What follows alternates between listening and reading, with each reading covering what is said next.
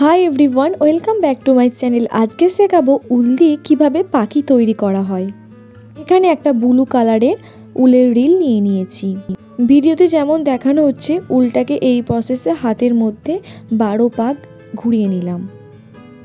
কাঁচির সাহায্যে কেটে উলের মাঝ বরাবর এরকম একটা নট দিয়ে দিতে হবে। সেম প্রসেসে আরও এইরকম দুটো লেস তৈরি করে নেব।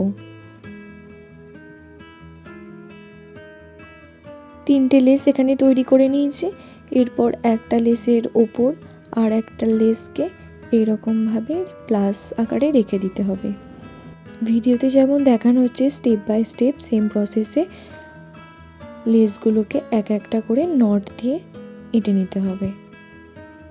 নট লাগানোর পরে এর মধ্যে দিয়ে দেব একটা কাগজের সার্কেল। কাগজের সার্কেলটা দেওয়ার পর উলগুলোকে এক পাশ থেকে এক পাশে এনে আর একটা নট দিয়ে দিতে হবে। গ্লুর সাহায্যে দুটো পাল এখানে আমি চোখ হিসেবে ইউজ করেছি। একটা কাগজের টুকরোকে ট্রায়াঙ্গেল করে কেটে ঠোঁটের শেপ দিয়েছি।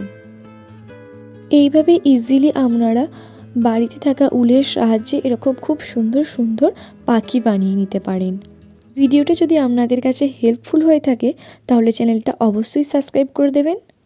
প্রজেক্টে এরকম সুন্দর সুন্দর হাতের কাজ আপনারা বানিয়ে নিয়ে যেতে পারেন। বাই, দেখা হবে পরের একটা ভিডিওতে।